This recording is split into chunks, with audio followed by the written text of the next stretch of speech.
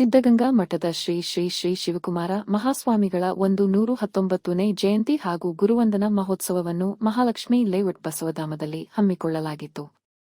ಸ್ಥಳೀಯ ಶಾಸಕರಾದ ಶ್ರೀ ಕೆ. ಗೋಪಾಲಯ್ಯರವರು ಸ್ವಾಮೀಜಿಯ ಭಾವಚಿತ್ರ ಹಾಗೂ ಪುತ್ಥಳಿಗೆ ಪುಷ್ಪಾರ್ಚನೆ ಮಾಡುವ ಮೂಲಕ ಗುರುವಂದನೆ ಸಲ್ಲಿಸಿದರು. ನಂತರ ಮಾತನಾಡುತ್ತಾ ಸ್ವಾಮೀಜಿಗಳು ಶ್ರೀಮನ್ ನಿರಂಜನ ಪ್ರಣವ ಸ್ವರೂಪಿಗಳಾಗಿದ್ದರು. ಬಸವಶ್ರೀ ಪ್ರಶಸ್ತಿ ಪುರಸ್ಕೃತರು, ಪದ್ಮಭೂಷಣ ಹಾಗೂ ಕರ್ನಾಟಕ ರತ್ನ ಶ್ರೀ ಶ್ರೀ ಶ್ರೀ ಶಿವಕುಮಾರ ಮಹಾಸ್ವಾಮೀಜಿಗಳು ನಡೆದಾಡುವ ದೇವರಾಗಿದ್ದರು. ತ್ರಿವಿಧ ದಾಸೋಹಿಗಳು ಹಾಗೂ ಕಾಯಕ ಯೋಗಿಯಾಗಿದ್ದ ಸ್ವಾಮೀಜಿಯವರು ಯುಗಪುರುಷರಾಗಿದ್ದಾರೆ.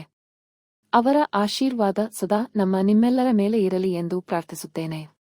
100 ವರ್ಷ ಆದರೂ ಕೂಡ ನೆನಪಿರಬೇಕು. ಈ ಸಮಾಜವನ್ನು ಬದುಕಿ ಬಾಳಿ ತೋರಿಸೋದು ವ್ಯವಸ್ಥೆ ಮಾಡಿದರೆ, ದಾಸೋಹಕ್ಕೆ ಪ್ರಸಿದ್ಧಿಯಾದವರು, ವಿದ್ಯಾಭ್ಯಾಸಕ್ಕೆ ಪ್ರಸಿದ್ಧಿಯಾದವರು ಎಲ್ಲವನ್ನೂ ಒಂದು ಕೆಲಸ ಮಾಡಿದ್ರು. ಇವತ್ತು ನಮ್ಮ ದೇಶದ ರಾಷ್ಟ್ರಪತಿ ಅಲ್ಲಿ ಬಂದು ಹೋಗ್ತಾವ್ರೆ ಅಂತಂದರೆ ಅದಕ್ಕೆ ಎಷ್ಟು ಬೆಲೆ ಇದೆ, ಅಲ್ಲಿ ಎಷ್ಟು ಜನ ಹುಟ್ಟಾಕಿದ್ದಾರೆ.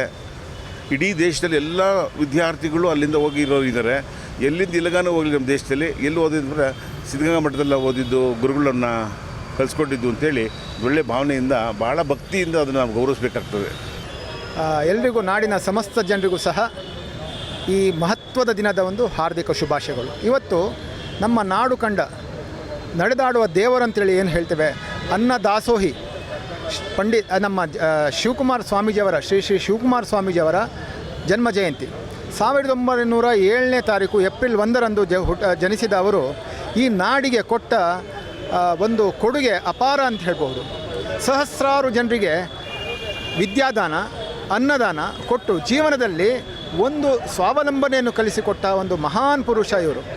111 ವರ್ಷಗಳ ಕಾಲ ಒಂದು ಸಾರ್ಥಕ ಜೀವನ ಅಂತೇಳಿ ಏನು ಹೇಳ್ತೇವೆ, ಆ ಸಾರ್ಥಕ ಜೀವನವನ್ನು ಕಳೆದ ಶ್ರೀ ಶಿವಕುಮಾರ ಸ್ವಾಮೀಜಿಯವರು ನಮಗೆಲ್ಲರಿಗೂ ಆದರ್ಶ. ಇಂತಹ ಸ್ವಾಮೀಜಿಯವರ ಆಶೀರ್ವಾದ ನಮ್ಮ ನಾಡಿನ ಮೇಲೆ ಸದಾ ಇರಬೇಕು.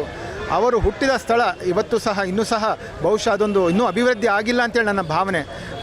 ಮಾಗಡಿಯ ವೀರಾಪುರ ಎಂಬ ಕ್ಷೇತ್ರ ಒಂದು ಬಹುದೊಡ್ಡ ಕ್ಷೇತ್ರ, ಪುಣ್ಯಕ್ಷೇತ್ರ ಮಾಡಬೇಕಂತೇಳಿ ನಾನು ಈ ಮೂಲಕ ತಮ್ಮ ಮೂಲಕ ಸರ್ಕಾರಕ್ಕೆ ಒಂದು ಬಹುದೊಡ್ಡ ವಿನಂತಿಯನ್ನು ನಾನು ಮಾಡ್ತಾ ಹೇಳ್ತೇನೆ. ನಾಡಿನ ಜನರಿಗೆ ಮತ್ತೊಮ್ಮೆ ಈ ಸ್ವಾಮೀಜಿಗಳ ಆಶೀರ್ವಾದ ಎಲ್ರಿಗೂ ಸಿಗಲಿ ಅಂತೇಳಿ ನಾನು ದೇವರಲ್ಲಿ ಬೇಡಿಕೊಳ್ತಾ